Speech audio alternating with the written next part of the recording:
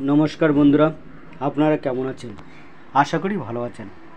আজ আমি আপনাদের শোনাব কবিগুরু রবীন্দ্রনাথ ঠাকুরের শোভা।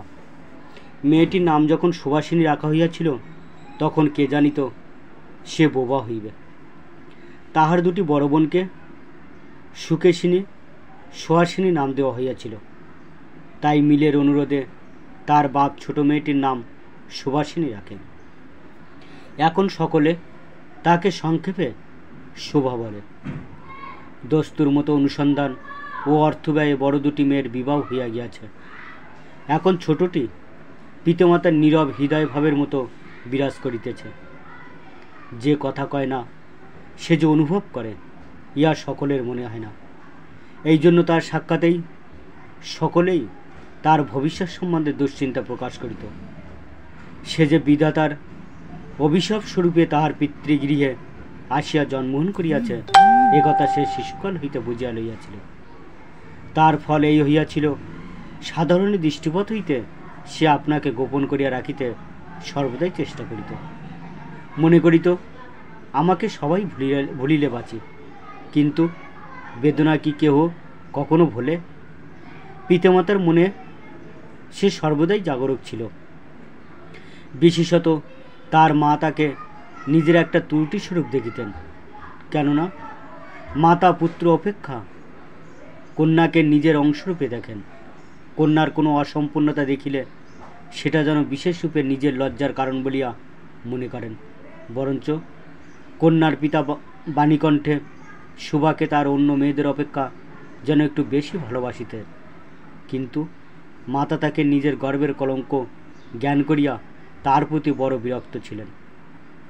শোভার কথা ছিল না, কিন্তু তার সুদীর্ঘ পল্লব বিশিষ্ট বড় বড় দুটি কালো চোখ ছিল, এবং তার ওষ্ঠাধর ভাবের আভাসমাত্রে কচি কিশলা এর মতো কাঁপিয়া উঠিত।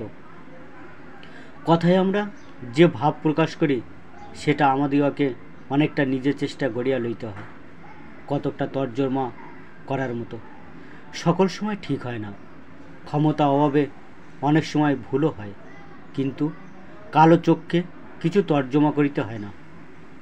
মন আপনি তাহার উপরে ছোঁয়াল ফেলে, ভাব আপনি তাহার উপরে কখনো প্রসারিত, কখনো মুদিত হয়, কখনো উজ্জ্বলভাবে জ্বলিয়া ওঠে, কখনো মিলানভাবে নিবিয়া আসে, কখনো অস্তমান চন্দ্রের মতো অনিবেশভাবে চাইয়া থাকে, কখনো দ্রুত চঞ্চল বিদ্যুতের মতো দিক বিদিকে ঠিকরিয়া ওঠে। মুখের ভাব বই আজন্মকাল যাহার অন্য ভাষা নাই। তার চোখের ভাষা অসীম উদার এবং অতল স্পর্শ গভীর, অনেকটা স্বচ্ছ আকাশের মতো। উদয়াস্ত এবং ছায়ালোকের নিস্তব্ধ রঙ্গভূমি। এই বাক্যহীন মনুষ্যের মধ্যে বৃহৎ প্রকৃতির মতো একটা বিজর মহত্ব আছে। এই জন্য সাধারণ বালক বালিকারা তাহাকে এক প্রকার ভয় করিত, তার সহিত খেলা করিত না। সে নির্জন দ্বীপ্রবাহের মতো শব্দহীন এবং সঙ্গীহীন। গ্রামের নাম চণ্ডীপুর। নদীটি বাংলাদেশের একটি ছোট্ট নদী। গৃহস্থ ঘরের মেয়েটির মতো বহু দূর পর্যন্ত তাহার প্রসার নাহে। নিয়লাসা তন্বীর নদীটি আপন কুলো রক্ষা করিয়া কাজ করিয়া যায়। দুই ধারের গ্রামের সকলেরই সঙ্গে তার যেন একটা না একটা সম্পর্ক আছে। দুই ধারে লোকালয় এবং তরুচ্ছায়া ঘন উচ্চতট। নিম্নতল দিয়া গ্রাম লক্ষ্মী স্রোতস্বিনী আত্মবিস্মৃত দ্রুত পদক্ষেপে প্রফুল্ল হৃদয় আপনার অসংখ্য কল্যাণ কার্যে চলিয়াছে। বাণীকণ্ঠের ঘর নদীর একেবারে উপরেই। তার পাখারির বেড়া, আটচালা গোয়ালঘর, ঢেঙ্কিশালা, খড়ের স্তূপ, তেঁতুলতলা, আম কাঁঠাল এবং কলার বাগান নৌকা বহিমাত্রেরই দৃষ্টি আকর্ষণ করে। এই গারস্থ সচ্ছলতার মধ্যে বোবা মেয়েটি কাহারও নজরে পড়ে কিনা জানি না, কিন্তু কাজকর্মে যখনই অবসর পায় তখনই সে এই নদীতে আসিয়া বসে। প্রকৃতি যেন তার ভাষার অভাব পূরণ করিয়া দেয়, যেন তার হইয়া কথা কয়। নদীর কলধ্বনি, লোকের কোলাহল, মাঝির গান, পাখির ডাক, তরুর মর্মর সমস্ত মিশিয়া চারিদিকে চলাফেরা আন্দোলন কম্পনের সহিত এক হইয়া সমুদ্রের তরঙ্গরাশির ন্যায় বালিকার চির নিস্তব্ধ হৃদয় উপকূলের নিকটে আসিয়া ভাঙিয়া ভাঙিয়া পড়ে। প্রকৃতির এই বিভূত শব্দ এবং বিচিত্র গতি, ইহাও বোবার ভাষা। বড় বড় চক্ষু পল্লব বিশিষ্ট শোবার যে ভাষা, তাহারই একটি বিশ্বব্যাপী বিস্তার। ঝিল্লির অবপূর্ণ তৃণভূমি হইতে শতাব্দীতীত নক্ষত্রলোক পর্যন্ত কেবল ইঙ্গিত, ভঙ্গি, সঙ্গীত, ক্রন্দন এবং দীর্ঘ নিঃশ্বাস। এবং মধ্যাহ্নে যখন মাঝিরা জেলেরা খাইতে যাইত, গৃহস্থেরা ঘুমাইত, পাখিরা ডাকিত না, খেয়া নৌকা বন্ধ থাকিত, স্বজন জগৎ সমস্ত কাজকর্মের মাঝখানে সহসা থামিয়া গিয়া ভয়ানক বিজোর মূর্তি ধারণ করিত, তখন রুদ্র মহাকাশের তলে কেবল একটি বোবা প্রকৃতি এবং একটি বোবা মেয়ে মুখোমুখি চুপ করিয়া বসিয়া থাকিত, একজন সুবিস্তীর্ণ রৌদ্রে আর একজন ক্ষুদ্র তরুচ্ছায়। সুভার যে গুটিগত কন্দরঙ্গ বন্ধুর দল ছিল না, তাহা নয়। গোয়ালের দুটি গাভী, তাহাদের নাম সর্বশ্রী ও পাঙ্গুলি, সে নাম বালিকার মুখে তাহারা কখনো শুনে নাই, কিন্তু তার পদশব্দ তাহারা চিনিত।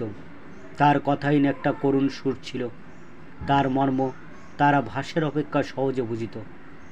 সুভা কখন তাদের আদর করিতেছে, কখন ভৎসনা করিতেছে, কখন মিনতি করিতেছে, তা তারা মানুষের অপেক্ষা ভালো বুঝিতে পারিত। সুভা গোয়ালে ঢুকিয়া দুই বাহুর দ্বারা সর্বশিরে গ্রীবা বেষ্টন করিয়া তাহার কানের কাছে আপনার গণ্ডদেশ ঘর্ষণ করিত এবং পাঙ্গুলি স্নিগ্ধ দৃষ্টিতে তাহার প্রতি নিরীক্ষণ করিয়া তার গা চাটিত। বালিকা দিনের মধ্যে নিয়মিত 3 বার করিয়া গোয়াল ঘরে যাইত।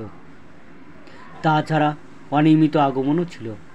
গিরে যেদিন কোনো কঠিন কথা শুনিত, সেদিন সে অসময়ে তার এই মুকুবন্ধু দুটির কাছে আসিত।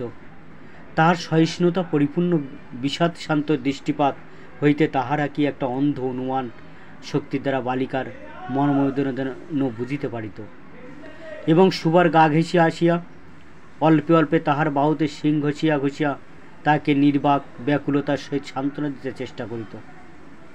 ইহারা ছাড়া ছাগল এবং বিড়াল শাবকও ছিল, কিন্তু তাহাদের সহিত সুবার এরূপ সমকক্ষভাবের মৈত্রী ছিল না। তথাপি তারা যথেষ্ট আনুগত্য প্রকাশ করিত। বিড়াল শিশুটি দিনে এবং রাত্রে যখন তখন সুবার গরম কোলটি নিঃসংকোচ অধিকার করিয়া সুখনিদ্রা আয়োজন করিত এবং সুবা তার গিরিবা ও পৃষ্ঠ কোমল আঙ্গুলি বুলাইয়া দিলে যে তার নিদ্রাকর্ষণের বিশেষ সহায়তা হয়, ইঙ্গিতে এরূপ অভিপ্রায়ও প্রকাশ করিত।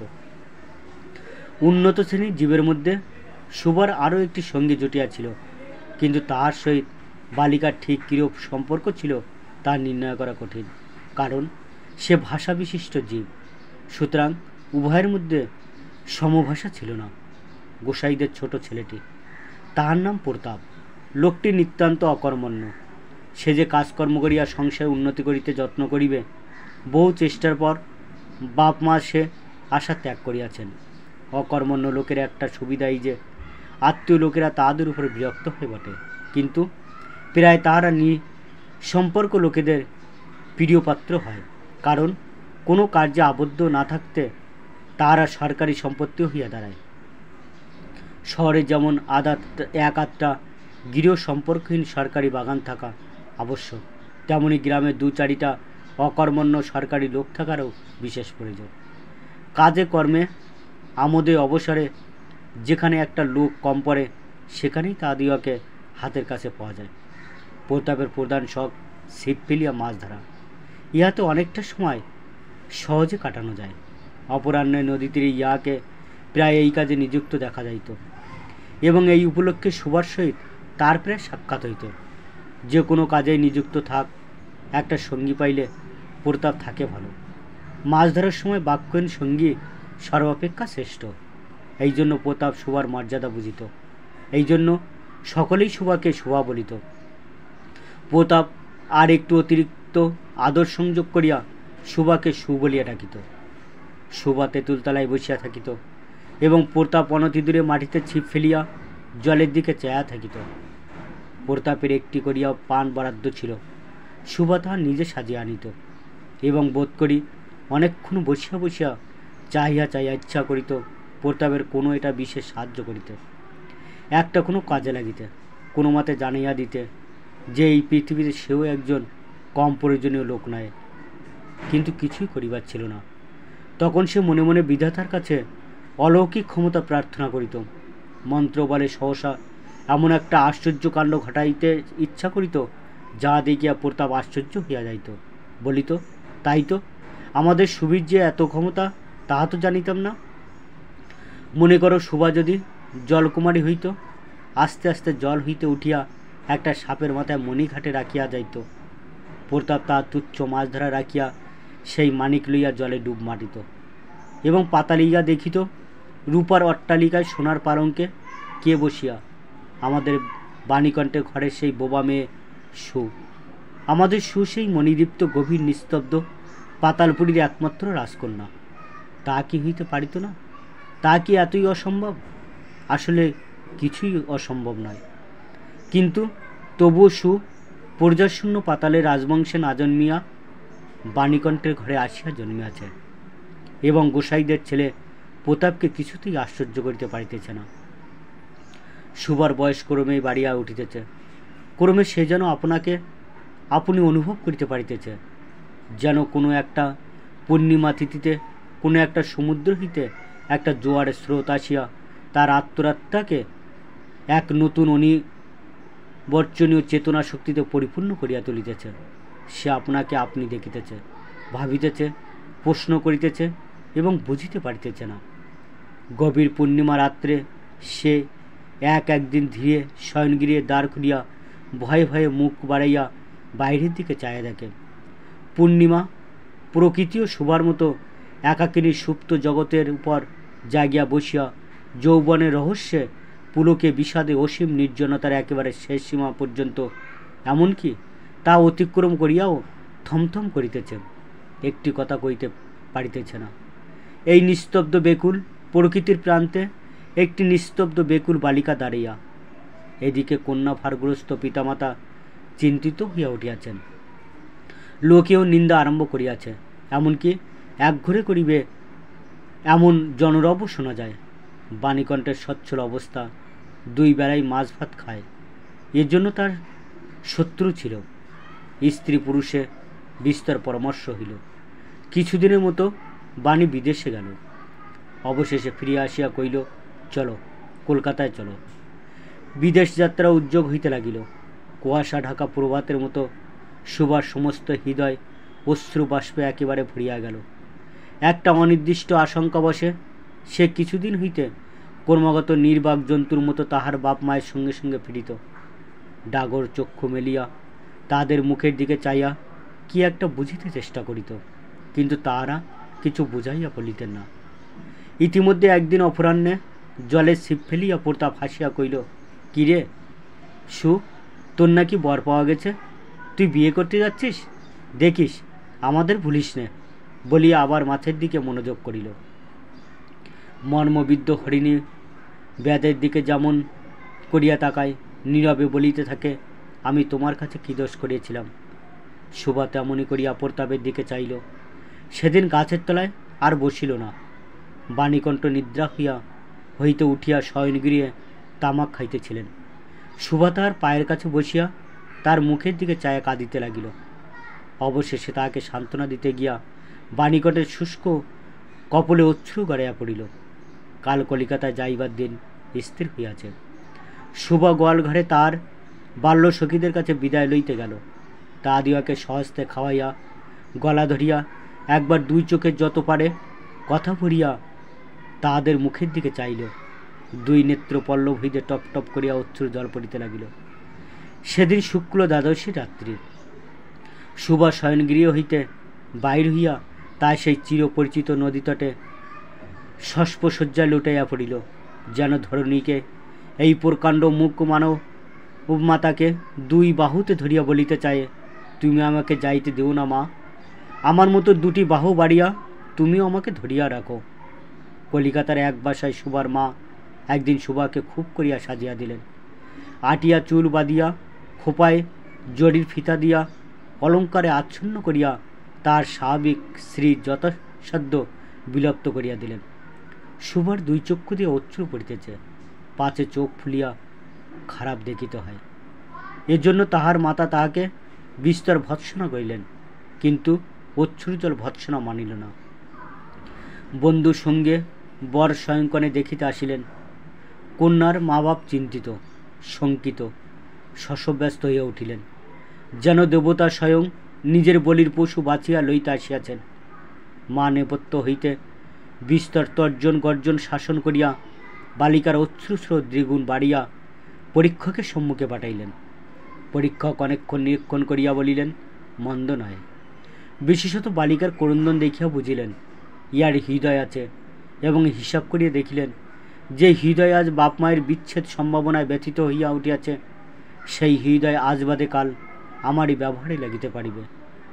শক্তির মুক্তার ন্যায় বালিকার অশ্রুজল কেবল বালিকার মূল্য বাড়িয়া দিল, তার হইয়া আর কোনো কথা বলিল না। পঞ্জিকা মিলিয়া খুব একটা শুভলগ্নে বিবাহ হইয়া গেল। বোবা মেয়েকে পরের হস্তে সমর্পণ করিয়া বাপ মা দেশে চলিয়া গেল। তাদের জাতি ও পরকাল রক্ষা হইল। বর পশ্চিমে কাজ করে, বিবাহের অনতি বিলম্বে স্ত্রীকে পশ্চিমে লইয়া গেল। সপ্তাহখানেকের মধ্যে সকলেই বুঝিল নববধূ বোবা। তা কেউ বুঝিল না। সেটা তাহার দোষ নয়, সে কাহাকেও প্রতারণা করে নাই। তার দুটি চক্ষু সকল কথাই বলিয়াছিল, কিন্তু কেহ তা বুঝিতে পারে নাই। সে চারিদিকে চায়, ভাষা পায় না। যারা বোবার ভাষা বুঝিত, সেই আজন্ম পরিচিত মুখগুলি দেখিতে পায় না। বালিকার চির নীরব হৃদয়ের মধ্যে একটা অসীম অব্যক্ত ক্রন্দন বাজিতে লাগিল। অন্তর্যামী ছাড়া আর কেহ তা শুনিতে পাইল না। এবার তার স্বামী চক্ষু এবং কর্ণেন্দ্রের দ্বারা পরীক্ষা করিয়া এক ভাষা বিশিষ্ট কন্যা বিবাহ করিয়া আনিল। সবাইকে ধন্যবাদ জানিয়ে গল্পটি এখানেই শেষ করছি।